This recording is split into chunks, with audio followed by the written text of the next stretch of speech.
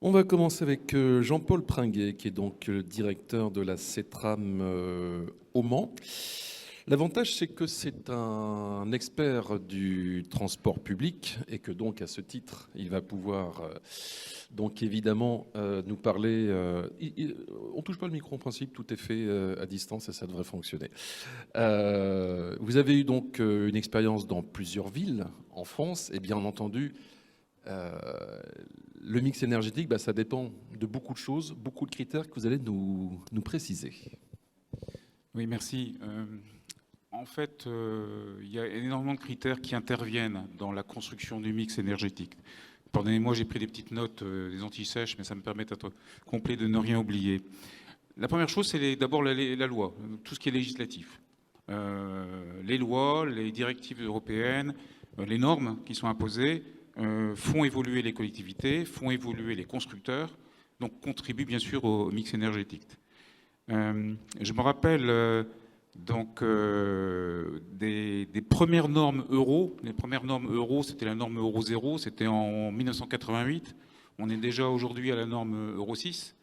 C'est des normes en fait qui donnent un plafond sur les émissions polluantes. Donc qui s'imposent aux collectivités qui achètent des véhicules, mais qui s'imposent également aux constructeurs qui fabriquent les véhicules. Je vous donne juste des petits chiffres pour vous montrer à quel point ça a évolué depuis le départ. Tout ce qui est monoxyde de carbone, les émissions ont été divisées par 7,5. Les polluants liés à l'hydrocarbure par 10. Tout ce qui est oxyde d'azote divisé par 36. Et pareil pour les particules divisé par 36. C'est-à-dire que le progrès a été considérable en termes donc d'émissions polluantes. Je me rappelle d'un autre maire dans une autre collectivité qui me disait mais voilà, je veux faire des bus moins polluants. Je lui dis écoutez, c'est simple, la première chose à faire, vous mettez au rebut les anciens bus, ils polluent 10 fois plus que les nouveaux qui viennent d'arriver. Donc au niveau du mix énergétique, c'est pas seulement un choix d'énergie, c'est également parfois un choix de véhicules et de renouvellement de véhicules. La deuxième chose, c'est une volonté politique forte. Il faut une collectivité qui porte un engagement pour avoir une énergie propre. Et c'est vraiment important d'avoir ce moteur-là. La troisième chose, c'est qu'il faut bien sûr des capacités financières. Alors de la collectivité bien sûr, mais également des aides au niveau de l'État français, des aides européennes, pour pouvoir se lancer. Parce que quand on se lance dans les énergies renouvelables et les énergies propres, c'est un peu plus coûteux que le diesel ou autre, au départ en tout cas. Ensuite, il faut des partenaires. Alors, nous, on a le plaisir de travailler avec, entre autres, l'ACO aujourd'hui, qui nous a aidé à mettre en place le premier bus que vous voyez exposé là-bas. Enfin, ils ne sont pas intervenus sur le bus, mais sur la station, ce qui est déjà essentiel.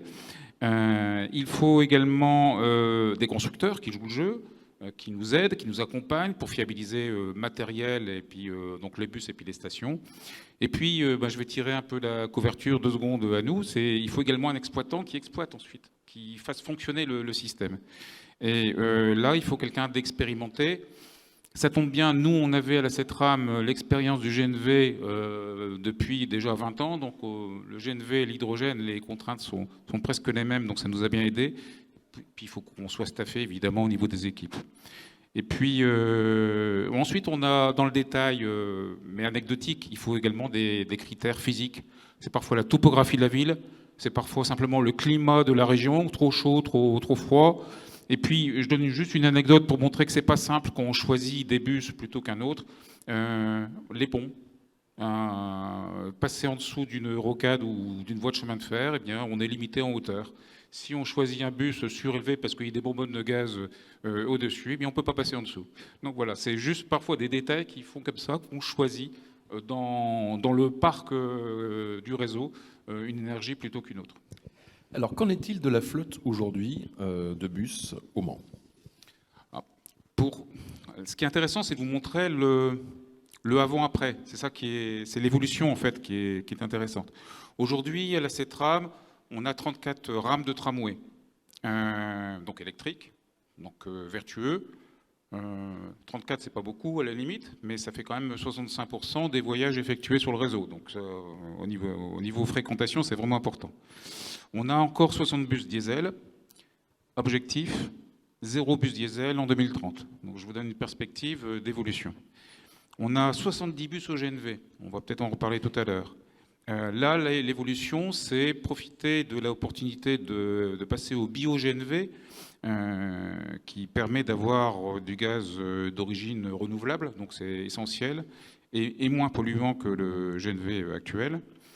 On a également un petit véhicule électrique qui fonctionne en centre-ville. On a également un exemplaire ici qui fait la navette centre-ville, donc c'est un petit bus électrique tout court. Et puis, donc, on a un bus hydrogène. Perspective, on est en train de passer un marché pour l'achat de 10 à 12 bus hydrogène. Et puis pour remplacer le diesel, on a l'hydrogène et puis l'électrique qu'on met un petit peu en concurrence pour dire, bon, voilà, il faut qu'on avance et puis il faut qu'on ait également un petit peu de tout. Une question très précise. Vous avez déjà un bus qui roule, il est juste d'ailleurs derrière vous, hein, cher public. Quel conseil donneriez-vous à une collectivité qui justement souhaiterait se doter de ce type de bus par rapport au retour d'expérience que vous avez? En fait, ce qu'il faut, c'est déjà avoir une stratégie au niveau du plan de parc qui soit à court terme, à moyen terme et à long terme. Il ne s'agit pas simplement de dire l'année prochaine, on va investir dans 2 bus électriques, 2 bus hydrogène ou autre chose. C'est de se dire, dans 10 ans, voilà où on veut en arriver. Il faut avoir à la fois un poteau de départ et un poteau d'arrivée. Donc c'est cette stratégie à court, moyen et long terme qui est importante à faire. La deuxième chose, c'est de tenir compte de la maturité des filières. On sait bien, quand on se lance dans une expérimentation, on essuie un peu les plâtres de l'innovation, il faut y aller, mais il faut y aller raisonnablement. Là, donc, on a un premier bus hydrogène qui fonctionne, pas à 100%, on en tire des conclusions. Les constructeurs travaillent dessus, font faire d'énormes progrès. Pareil pour les stations, les constructeurs de stations font d'énormes progrès. Et les filières, en fait, sont en train d'acquérir de la maturité. Et quand on va acheter les 10 bus à hydrogène prochainement, eh bien, on aura des bus beaucoup plus fiables et on tiendra compte de cette maturité. J'étais au Salon du Transport à Paris hier. C'est considérable ce qu'ils ont pu nous annoncer déjà. Donc voilà un petit peu ce que je pouvais dire en termes de conseils. Juste à titre de comparaison, quand on travaille, on est en train de comparer du diesel, c'est des litres de gazole. On est en train de comparer du GNV, c'est des mètres cubes. On est en train de comparer de l'hydrogène, c'est des kilos. Bon, c'est quoi l'unité de mesure? Bon, on a résolu le problème, rassurez-vous, on fait un prix au kilomètre et puis c'est bon. La deuxième chose, c'est on a tendance à accumuler et mélanger même les coûts d'investissement, les coûts de fonctionnement.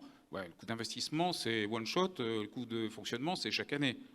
Là, on a résolu le problème également, et puis on travaille avec la collectivité, c'est le conseil qu'on leur donne, de travailler sur ce qu'on appelle le coût de possession du bus, c'est-à-dire qu'on fait un coût complet sur 15 ans, c'est la durée de vie d'un bus, où on intègre, à ce moment-là, on peut additionner les coûts d'investissement, de fonctionnement, et du coup, on peut comparer les filières.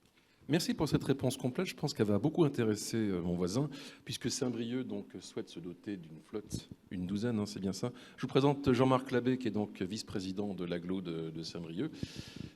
Ça vous convient les réponses qu'a données M. Pringuet? Oui, M. Pringuet, il faut qu'on se parle.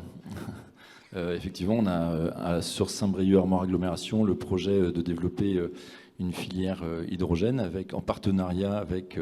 J'en parlais tout à l'heure avec nous sommes 4 partenaires, 4 mousquetaires, comme on s'appelle, sur les Côtes d'Armor, à savoir la CCI 22, le syndicat départemental d'énergie, l'agglomération de Saint-Brieuc et la Banque des territoires. Et effectivement, nous avons, pour la genèse de ce projet, l'ambition d'acquérir 12 bus articulés pour notre ligne BHNS et puis 2 BOM. Donc voilà. D'après ce que j'ai compris, il ne faudra pas mettre les 12 bus d'un coup dans le réseau. Hein. Mais bon, on pourra en reparler tout à l'heure. Et on présentera plus en détail, naturellement, ce cluster H2, que je connais d'ailleurs, puisque j'y suis déjà allé. On va poursuivre avec vous, Stéphane Mamou. Vous êtes donc le directeur régional d'Engie Pays de la Loire. Bien sûr, Engie est un acteur global dans le domaine de l'énergie et on ne se focalise pas sur une seule énergie, naturellement. Évidemment, si vous me permettez, je vais faire quelques considérations générales avant de zoomer progressivement de parler de gaz et d'hydrogène. Vous vous rappelez qu'Engie est un acteur engagé dans la lutte contre le réchauffement climatique, évidemment, et également vise à accompagner tous les acteurs de l'économie dans la transition vers le zéro carbone. Il y a un constat qui est fait, qui est partagé, je pense, c'est que le pays, la France, a choisi une voie de l'électrification assez forte. Ça, c'est une orientation très forte qui a été donnée. Également que l'efficacité énergétique va être un vecteur de transition très fort, ça il ne faut pas l'oublier avant de penser à autre chose. Et puis que les ENR aujourd'hui sont devenus très compétitives en termes de coûts. Installer des panneaux solaires est extrêmement bon marché entre guillemets aujourd'hui, en tout cas moins cher qu'installer des éoliennes posées, encore moins cher. Enfin, les éoliennes posées sont moins chères que des éoliennes offshore, qui sont moins chères que des usines de production d'électricité à base de charbon ou de gaz, et encore moins chères que les futurs EPR. Force de ce constat, il y a un consensus vers l'avenir qui amène à se projeter vers un système électrique qui va être de plus en plus en tension. Nos usages vont être électrifiés, le système électrique actuel est en souffrance, surtout pendant les pointes d'hiver, de par l'état actuel du parc nucléaire et puis la demande qui s'accentue. On a eu des journées cet hiver où il y a eu quasiment 70 gigas qui ont été demandés sur le réseau. Un peu plus de 10% ont été importés, sachant qu'on a une puissance de production cumulée installée qui est de l'ordre de 120-130 gigas. Donc on voit qu'on peut mettre très rapidement ce réseau en tension. Donc ce que nous, on a comme vision chez Engie, c'est que le gaz peut être une énergie complémentaire qu'il faut utiliser. Sur une pointe en hiver, le gaz apporte 1,5 fois plus de puissance que le parc électrique. Ça, il faut le savoir. Donc, pour revenir au mix énergétique, le gaz doit faire partie de l'équation à l'avenir. Aujourd'hui, les installations gazières, on dispose de ces installations en France, elles sont amorties, on peut les utiliser, elles seront amenées à faire transiter du gaz de plus en plus vert, donc du biométhane, de l'hydrogène vert, donc renouvelable. Ça, on commence à savoir le faire. Et si je zoome sur l'hydrogène chez Engie, aujourd'hui, on a investi sur plus de 100 projets à travers le monde, de tailles différentes. Alors, je peux citer des gros projets industriels notamment, parce qu'on a pris le parti chez Engie de croire fortement que l'hydrogène s'accélérera dans le milieu industriel et sur la mobilité, mais surtout au milieu industriel. Aujourd'hui, l'hydrogène, à 94% de ses usages sont en milieu industriel. Donc on va mettre l'accent, nous, sur ces projets, sur des bassins industriels. Alors, sur Dunkerque, par exemple, où on visera une puissance installée de quasiment 400 mégas d'électrolyse, qui produira un hydrogène qui, couplé avec des rejets de CO2 d'industriels environnants, permettront de produire des e-fuels. Aux Pays-Bas, on a un projet de production de quasiment 100 mégas de puissance électrolyse qui viendra se sourcer sur un parc éolien offshore et qui, combinant encore une fois des rejets de CO2 industriels, permettra de produire des e-fuels. Sur Marseille, à Massilia, on va coupler des panneaux PV avec des électrolyseurs pour produire de l'hydrogène qui sera utilisé par des industriels. Donc approche globale, mais en tout cas sur l'hydrogène, il y a des choses qui se font et de façon massive. Il y a du concret, ça commence à arriver, et j'oublie pas la mobilité évidemment, mais on sent que c'est une échelle un peu inférieure et que pour déclencher ce passage à l'échelle, il faudra passer en priorité par ces gros projets pour faire chuter les prix de l'hydrogène. Merci. Je me tourne vers mon voisin qui lui aussi est dans le domaine de l'énergie, donc Teréga. Historiquement, c'est le gaz de lac, donc on est un petit peu plus bas là, au niveau de la géographie. Tout à fait, ouais. Et donc évidemment, Teréga, c'est pareil, opérateur gazier, met l'accent sur le renouvelable. Oui, tout à fait. Je rebondis sur ce que disait Stéphane Mamou, parce que c'est vrai que le système gazier, et nous on a une vision très holistique de l'énergie. En effet, il ne faut pas mettre tous ses œufs dans la même énergie. Et la crise actuelle le montre bien. Et ce qu'on oublie souvent, et je trouve intéressant ce que disait Stéphane, c'est au niveau du système gazier, c'est vrai qu'on n'en parle pas souvent parce qu'on ne le voit pas. Les réseaux sont enterrés, les stockages sont enterrés. On en parle beaucoup actuellement, vu la crise actuelle. Mais le système gazier, et je rebondis aussi sur ce que disait ce matin Christophe Gossin, ce qui est intéressant du gaz, biométhane ou de l'hydrogène, c'est la capacité énergétique que vous avez finalement dans ce gaz. Et par exemple, l'hiver, le 2 tiers de l'énergie consommée vient du système gazier, vient du réseau de gaz. Et en France, on peut stocker toute la consommation de gaz l'hiver. C'est-à-dire que si je veux faire un peu de résumé, vous coupez les réseaux de gaz en décembre et vous pouvez jusqu'en février, vous avez suffisamment de gaz. Vous avez 130 TWh de gaz naturel. Donc ce système gazier est très intéressant parce que vous permet quand même d'avoir une capacité énergétique, et c'est ce qu'apporte finalement le biométhane, mais aussi l'hydrogène. Et Christophe Gossin en parlait ce matin avec son exemple concret là, de son camion au Dakar. Et c'est vrai que c'est cette capacité qu'a l'hydrogène qui est vraiment très intéressante. Et puis le gaz aussi, et nous on croit beaucoup au gaz renouvelable, comme tu disais Laurent, parce que le gaz est aussi au cœur de toutes les énergies. Avec le gaz comme l'hydrogène ou le biométhane, on peut faire de la chaleur, on peut faire de l'électricité, on peut faire des e-fuels. Et je prendrai un exemple pour illustrer ça qui est très intéressant. Et comme on est au Mans et qu'on parle performance et course, je parlerai du Grand Prix de Pau qui a eu lieu au mois de mai cette année. C'est un bel événement aussi, c'est voilà, vrai. 100 000 personnes avec des carburants de synthèse ou biocarburants. Et à cette occasion-là, Terega Solutions a géré le système hydrogène. Et en fait, le système hydrogène, on va me dire, mais le système hydrogène, il n'y avait pas d'hydrogène dans la course. Ah non, il n'y avait pas d'hydrogène, c'était des voitures électriques à batterie qui font plus de 600 chevaux, c'est la manche FIA ETCR. Et les voitures, en fait, électriques sont rechargées en moins d'une heure, donc les batteries sont rechargées en moins d'une heure grâce à des piles à combustible alimentées elles-mêmes en hydrogène.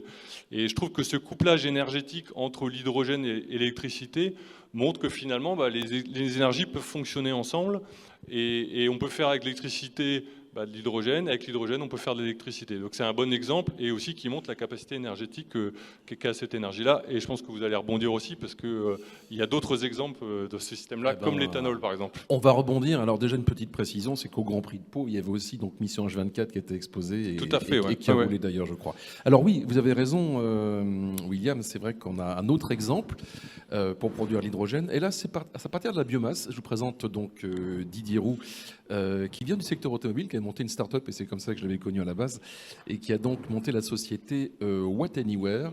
Je vous laisse le soin de présenter votre approche, en fait, qui consiste à prendre de la biomasse et puis de produire d'une façon différente des autres de l'hydrogène.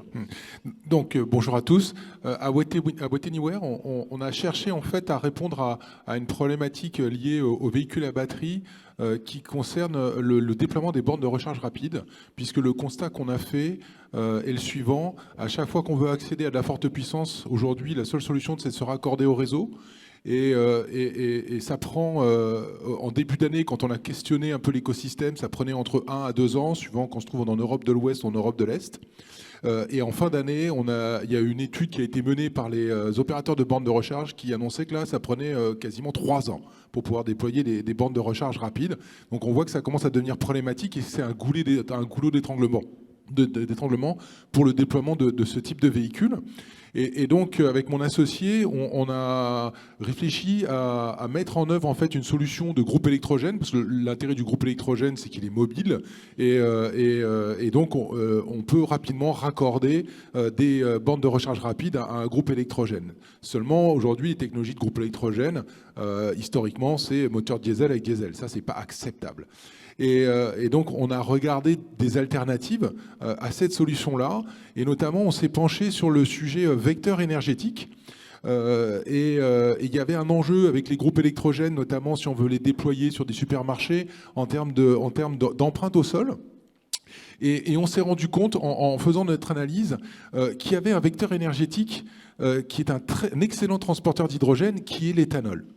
Donc l'éthanol, cette molécule transporte 6 atomes d'hydrogène, et il est tout à fait possible aujourd'hui de valoriser cet éthanol en passant dans un réformeur qui va le transformer en hydrogène et ensuite le passer dans une pile à combustible avec un excellent rendement. Alors aujourd'hui, on n'utilise pas des PEM mais des SOFC pour pouvoir avoir 60% de rendement. Donc ça c'était un élément important. Donc ça, c'est la première base. On s'est dit, OK, technologiquement, le couple éthanol pile à combustible SOFC semble très prometteur. Mais est-ce qu'on peut avoir suffisamment d'éthanol à disposition pour répondre à la demande du marché et de la recharge rapide? Et là, ce qu'on a découvert, et qui est vraiment très intéressant, c'est que l'éthanol aujourd'hui est produit en très grande quantité dans le monde, un peu partout, c'est 120 milliards de litres, et que 80% de cet éthanol sert dans le moteur thermique. On en revient à nos débats moteur thermique à hydrogène ou bien PEM à hydrogène. Donc on est finalement assis sur une manne d'énergie qui va perdre son débouché parce que je pense qu'autant il y a un débat sur le moteur à hydrogène, thermique à hydrogène ou PEM à hydrogène, autant il n'y a pas de débat sur l'avenir du moteur thermique avec de l'essence. On sait tous que dans les années qui vont venir, il va disparaître. Et par la même occasion, le débouché principal de l'éthanol va aussi disparaître. Donc on s'est dit, finalement, mettons-nous sur cette niche. Parce que l'éthanol a de très bonnes propriétés en termes de densité énergétique volumique. Donc c'est 6,35 kWh par litre pour information, à comparer aux 1,7 kWh par litre de l'hydrogène à 700 bars. Donc ça répondait parfaitement à notre besoin, avec en plus de ça une infrastructure qui est déjà là. Toutes les questions qu'on a aujourd'hui avec l'hydrogène, on l'a bien vu tout à l'heure, c'est wow, on a une infrastructure énorme à construire, voilà, et en plus il faut se dépêcher. Là, l'intérêt de l'éthanol, c'est que l'infrastructure est déjà là. Et qu'en plus de ça, petit à petit, cette ressource-là va devenir de plus en plus disponible. Si vous le permettez, peut-être quelques réactions autour de la table. Qu'est-ce que ça vous inspire, ce type d'approche Je trouve ça extrêmement positif d'avoir des visions innovantes. Maintenant, par rapport à l'hydrogène de manière un peu plus globale, ce qui va être intéressant, c'est comment on passe à l'échelle, comment des petits projets comme ceux que vous proposez vont pouvoir amorcer de plus gros écosystèmes. Donc voir comment on fait. Et à ce sujet, moi, il y a quelque chose qui me paraît assez prépondérant, c'est le prix de l'électricité aujourd'hui, auquel on est tous sensibilisés. Donc comment faire pour avoir un hydrogène qui soit meilleur marché, parce que l'hydrogène est produit, bon, pas dans le cas du procédé que vous présentez, mais produit à partir d'électrolyse, dans les cas de l'hydrogène vert. On a un mécanisme de prix aujourd'hui en Europe qui est assez particulier, qui est basé sur le merit order, où on appelle des sources d'énergie par coût nominal. Et on s'aperçoit qu'il y a un besoin fort en énergie renouvelable sur le réseau. J'en parlais tout à l'heure, d'avoir plus de NR sur le parc français pour faire baisser les prix de l'énergie, qui permettra d'avoir un hydrogène qui sera beaucoup moins onéreux. Donc ça, excusez-moi pour la digression par rapport au sujet qui a été évoqué, mais il est essentiel de pouvoir parler de ce besoin fort en ENR, que ce soit du PV, de l'éolien posé, de l'éolien offshore, qui seront, selon moi, l'avenir d'un hydrogène beaucoup moins cher sur les marchés. Je ne sais pas si j'ai été... Non, mais c'est une réponse. Ouais. On reviendra peut-être tout à l'heure, William, sur le côté transport, parce que c'est important une fois qu'on sera passé à l'échelle. J'aimerais, si vous voulez bien, que Jean-Marc Labbé nous présente un peu plus sa vision. On a un élu, on a une collectivité sympathique. Moi, j'aime beaucoup le pays de Saint-Brieuc. Expliquez-nous un petit peu, oui bien sûr, le pays de la Saint-Jacques notamment. Expliquez-nous, voilà, quelle est votre approche, ce que vous souhaitez faire, parce que c'est une approche écosystème en fait. Effectivement, c'est une approche écosystème. Alors, il y a quelques slides. On va vous afficher vos slides. De les avoir, merci. Donc le cluster a été lancé, c'était l'été dernier. Ouais, dès 2019, déjà la CCI s'est intéressée au vecteur énergétique, donc l'hydrogène. Donc voilà, les principaux partenaires, donc Saint-Brieuc Agglomération, la Banque des Territoires, Valorem, le SDE 22, syndicat départemental d'énergie, la CCI des Côtes-d'Armor et Terrega Solutions. Et les petites mains que vous voyez, c'est aussi les citoyens. On a souhaité associer des citoyens dans cet investissement territorial. Prochain slide. Voilà, donc en 2019, il y a eu un partenariat entre la CCI 22 et Saint-Brieuc Agglomération, et puis ensuite le SDE et la Banque des Territoires, qui sont venus donc dans ce qu'on a appelé sur le 22, les Côtes-d'Armor, le cluster 22, le cluster hydrogène. Et donc en octobre 2020 jusqu'à mai 2021, on a réalisé donc des études. En juin 2021, nous avons donc pris la décision de déposer un dossier donc écosystème territorial H2 auprès donc de l'ADEME pour financer une station de production H2 vert, 2 stations de distribution, 12 bus hydrogène et 2 bennes à ordures ménagères. Donc voilà je dirais la genèse de ce projet. Aujourd'hui, nous avons dans ce cluster hydrogène 140 entreprises sur les Côtes-d'Armor et même un petit peu plus large, donc qui ont montré leur intérêt avec des lettres d'intention de nous accompagner dans cette aventure. Et pour reprendre une phrase de mon ami Francis Gasnier de la CCI 22, c'est un projet 4 quarts, donc 4 quarts bien connu en Bretagne, 4 quarts, et là pour le coup c'est pas du beurre mais de l'hydrogène, avec un quart bus mobilité donc public, un quart transport pour le privé, un quart pour le transport maritime, de gros intérêts également. On parlait de la possibilité de l'hydrogène à avoir, d'accompagner des plus grosses motorisations. Et effectivement, nous avons plusieurs entreprises maritimes sur la baie de Saint-Brieuc qui sont intéressées par cette approche de l'hydrogène, aussi bien pour l'équipement sur des modèles neufs, mais aussi sur du rétrofitage. Et ça, c'est vraiment intéressant sur des bateaux qui ont une vie, ou du moins la coque du bateau qui a une vie souvent plus longue que le moteur. Et le dernier quart du 4 quarts, donc un quart industriel pour des plateformes logistiques, par exemple. Et donc voilà, donc c'est cet écosystème territorial qui nous a fait aussi réfléchir à aller jusqu'à la formation. Donc vraiment, c'est relocaliser sur notre territoire l'énergie. Je pense que c'est important aujourd'hui où on subit les coûts énergétiques. Alors c'est juste pour donner un ordre d'idée, je donne souvent cet exemple. En tant que vice-président de l'agglomération, sur l'agglomération de Saint-Brieuc, le coût énergétique l'année prochaine, rien que sur l'électricité et le gaz, c'est plus 700 000 euros sur un budget de 200 millions, un petit peu plus de 200 millions d'euros de l'agglomération. 700 000 euros, ça pique un peu, comme on dit. Et c'est à nous aussi de regarder comment dans nos investissements, on va réduire aussi nos coûts énergétiques et avoir un accompagnement aussi dans notre PCAET, dans notre plan climat et énergie territoriale, comment on peut impacter dans nos politiques la baisse de notre CO2 et de nos coûts énergétiques. Alors ce cluster aussi, donc, il se veut donc, avec une production d'hydrogène vert. Vous avez un petit schéma ici. Donc l'idée, c'est d'avoir des parcs photovoltaïques, parcs éoliens. On a également sur notre territoire un barrage hydroélectrique, mais nous avons aussi du CSR sur notre territoire. On a aussi du bois classe B, donc on a un fort potentiel à la production d'hydrogène. Et donc l'idée, c'est d'avoir une station hydrogène à partir donc d'un électrolyseur stocké et évidemment transmettre donc cet hydrogène dans un premier temps à la mobilité. Quoi qu'en pensent les mauvaises langues, oui, il y a du soleil en Bretagne. Vous le prouvez. Ah, bien sûr, il y a du soleil. Quelle question. Bon, projet de territoire, et puis surtout, donc, derrière, il y a des entreprises qui suivent. Il y a des entreprises qui suivent, effectivement. Et derrière, il y a des entreprises, et c'est surtout ça. Voilà, l'idée aussi, et ça c'est ma conviction, c'est que les collectivités doivent accompagner toutes les innovations et doivent se montrer en soutien, en support du tissu privé, parce que c'est des investissements qui sont lourds. On a la capacité, l'ingénierie financière, l'ingénierie technique à monter des dossiers de subvention, à aller chercher des financements européens, régionaux et autres que n'ont pas forcément les entreprises.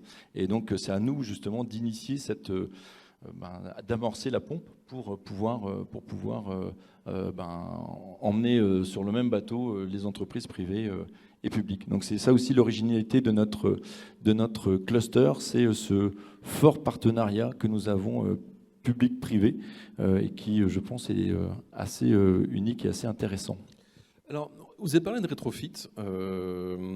C'est une solution qui fait débat également en matière de transport public. Est-ce que c'est quelque chose, vous, au Mans, Monsieur Pringuet, qui est à l'étude, ou qu'est-ce que vous en pensez, en tout cas? Oui, en fait, je crois qu'il ne faut pas prendre de position arrêtée sur le sujet. Ça dépend tout à fait de quoi on parle.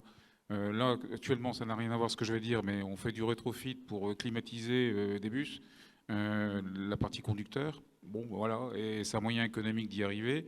Oui, le rétrofit sur l'hydrogène peut être une solution.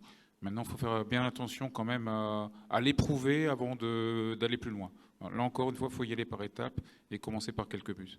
Pour rassurer peut-être Monsieur l'abbé, ce que vous pouvez me dire, c'est que lorsque vous êtes passé au gaz, au début, c'était plus cher, et avec le temps, finalement, les coûts ont baissé. Oui, c'est intéressant de faire le parallèle, si vous permettez, entre l'hydrogène et puis le GNV. Voilà. Au Mans, on a eu une double expérience. L'expérience actuelle avec l'hydrogène, mais il y a un peu plus de 20 ans, on s'est lancé dans le GNV. Mais au tout départ, quand ça a commencé, donc entre 2000 et 2005, la collectivité du Mans s'est dit, allez, on y croit, on se lance dans les énergies propres et on se lance dans le GNV.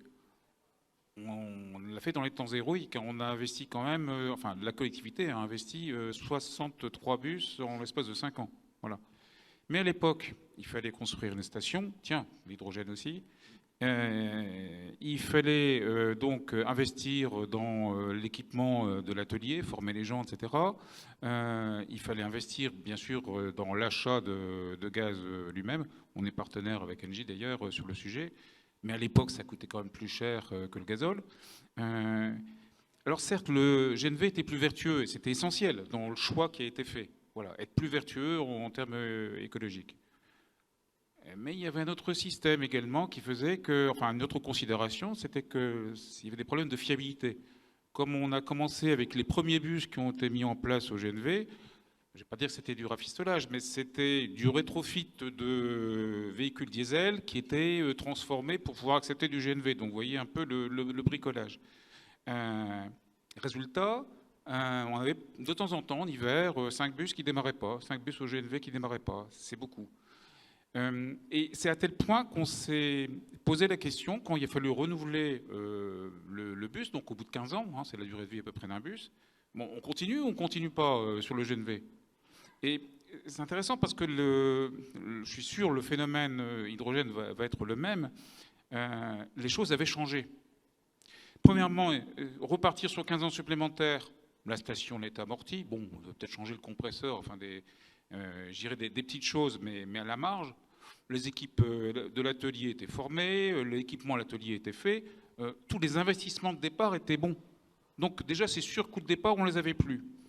Deuxième considération, le prix du GNV avait considérablement évolué favorablement par rapport au gazole.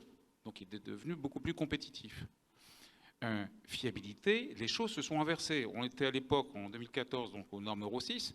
Normes Euro 6, ça veut dire qu'au niveau du saut technologique nécessaire pour les véhicules diesel, il était considérable et on avait des problèmes du coup de fiabilité à prévoir, alors que le GNV, il était déjà à l'Euro 6.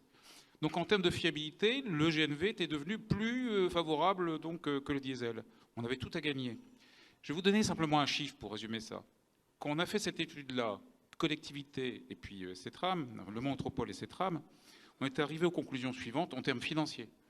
On avait une DSP, donc un contrat de 7 ans. Sur les 7 années du contrat, on faisait économiser à la collectivité, grâce à ce choix de prolongement du GNV, 10 millions d'euros. 10 millions d'euros, voilà. Donc, je donne une version optimiste par rapport à ça. C'est-à-dire que l'hydrogène, oui, aujourd'hui, il coûte un peu plus cher. Oui, aujourd'hui, on est encore dans l'expérimentation. Mais ça ne sera pas le cas demain. Voilà. Et donc, il faut être très optimiste par rapport à ça. Il faut y croire. Et je crois que le choix qui a été fait est le bon. Ça vous rassure, monsieur l'abbé? Ça me rassure globalement, oui. Et puis c'est vrai que à Saint-Brieuc Agglomération, nous avons l'ambition aussi, puisque sur la même plateforme, nous allons mettre à la fois du GNV et de l'hydrogène. Nous avons prévu sur un grand parc de façon à mutualiser aussi les coûts et qui est juste à proximité de nos entrepôts bus. Donc voilà, il ne faut pas opposer. Bien au contraire, les énergies et vraiment penser en mix énergétique sur nos mobilités et sur le reste également. Donc voilà, il y a une petite photo sur notre dépôt des tubes et juste en haut la parcelle de réserve qui est prévue pour la production d'hydrogène et la distribution du GNV et éventuellement du bio-GNV puisqu'on y travaille particulièrement avec le SDE 22. Donc d'où l'intérêt aussi de ce partenariat avec le syndicat, la CCI, la Banque des Territoires et l'agglomération. Merci. Pour terminer, peut-être on a fait le tour, c'est bon pour Saint-Brieuc? Il reste encore quelque chose? Non, je voulais juste saluer des entreprises parce Ah que oui, voilà, quand même, voilà, qui ont répondu qui sont nombreuses et qui ont répondu à nos appels d'offres. On a eu des belles candidatures. Alors, nous avons sélectionné Valorem et dont Terrega est également partenaire. Je voudrais saluer Life qui sont aussi présents aujourd'hui, qui nous avaient fait une très belle candidature. On a eu le choix parmi des très belles candidatures, donc c'était plutôt bien. Donc je voudrais aussi saluer le travail qui est fait par l'ensemble des entreprises pour essayer de promouvoir ce nouveau vecteur énergétique pour les collectivités. Merci. Donc c'est vrai que Terega est impliqué, William Rahin, dans ce projet de territoire. Oui, tout à fait, ouais, tout à fait, puisque on faisait l'analogie avec le gaz naturel et on voit il y a 70 ans on avait le gaz de ville et après le gaz naturel est arrivé et finalement Philippe tout à l'heure en parlait, Philippe Beaucly, de ces écosystèmes qui naissent et qui sont nécessaires. On en parlait aussi ce matin en termes d'acculturation. Il est important que tout le monde puisse voir comment ça fonctionne un bus à hydrogène. On a l'exemple à Pau. Et maintenant, à Pau, les gens utilisent le bus à hydrogène et vous pouvez leur poser la question, ils ne se rendent même plus compte qu'ils prennent un bus à hydrogène. Ce qu'ils savent, c'est qu'ils ne l'entendent plus. Ça fait plus de bruit, mais ils n'ont pas conscience. Donc ça, c'est important d'avoir ces phases d'acculturation. Et puis finalement, on voit ces petits écosystèmes qui se naissent, comme on a eu le gaz de ville. Et puis au fur et à mesure, la mobilité est utilisée. On utilise l'hydrogène en ville. Et puis après, l'industrie va arriver, où on va avoir aussi en termes d'économique un besoin, et ça c'est le besoin qui est aujourd'hui beaucoup tiré par l'Allemagne, et on va avoir besoin finalement de réseaux hydrogène, et c'est là où en effet, côté Terega Solutions, on essaye de commencer à développer ces réseaux hydrogène. On a travaillé avec GRTgaz sur comment convertir nos gazoducs, parce que finalement aujourd'hui on a des gazoducs qui sont des fois doublés, tripliqués, et qui ont été développés au fur et à mesure de l'essor du gaz naturel, et qui demain avec la neutralité carbone pourraient être utilisés pour transporter l'hydrogène. Et c'est quand même intéressant, bon Philippe m'a volé la vedette en affichant les prix, mais c'est vrai qu'utiliser un gazoduc existant c'est 2 à 3 fois moins cher qu'un pipe neuf en hydrogène, et les travaux qu'on a fait dans le cadre du backbone montrent qu'en effet on peut transporter pour 10 ou 20 centimes d'euros du kilo sur 1000 km de l'hydrogène. C'est quand même très intéressant qu'on voit aujourd'hui le prix de l'hydrogène, et qui seront des facteurs nécessaires pour avoir aussi un marché liquide. Aujourd'hui, on oublie de dire souvent l'électricité, le gaz naturel, c'est des choses qui fonctionnent bien, c'est des commodités parce que ce sont des marchés liquides. Le consommateur, il a appel, il peut avoir beaucoup de fournisseurs, et ça c'est très intéressant pour les industriels, mais comme pour le particulier, dans le cadre du développement et de la libéralisation des marchés, d'avoir ce marché liquide. Et les réseaux permettent d'avoir ça. Et ça, c'est vraiment très important. Et c'est pour ça qu'en tant que transporteur, on trouvait intéressant de développer cette vision réseau, qui plus est aussi intègre un autre facteur, c'est les stockages. C'est-à-dire que quand vous produisez de l'hydrogène renouvelable, l'intermittence de production électrique, solaire ou éolien vous nécessite de stocker cette énergie. L'hydrogène permet de stocker en grosse quantité, mais il faut avoir accès à ces stockages. Et ça, c'est aussi un élément très important qu'on développe au sein de Terega Solutions, afin de voir comment convertir des stockages existants, mais aussi de développer des nouveaux stockages qui seront nécessaires pour développer cet essor. Un mot pour terminer là-dessus. Chez Engie, pareil, on pense que les tuyaux, demain, ça va être Évidemment, c'est ce que je disais, les tuyaux existent, ils sont là, autant les utiliser, faire passer des gaz renouvelables, que ce soit biométhane, que ce soit hydrogène vert. Donc pour ça, il faut qu'il y ait un contexte réglementaire qui soit assez stabilisé, régulatoire également, qui donne de la visibilité sur des tarifs de rachat pour pérenniser la production de biométhane. Aujourd'hui, on vise 10% de biométhane à l'horizon 2030. On peut faire 2 fois plus, hein, ça on le sait. L'hydrogène vert également pourra circuler dans ces réseaux. Mais ce qui est important par rapport à l'hydrogène, c'est, je pense, la confiance en ce vecteur énergétique. Les collectivités ont un rôle extrêmement important à jouer. Les pouvoirs publics également. Et puis je le rappelle encore une fois, on a besoin de plus d'ENR sur le réseau pour faire baisser les prix de l'électricité et se garantir une sécurité d'approvisionnement en énergie dont l'hydrogène fera partie. Merci messieurs, merci à vous.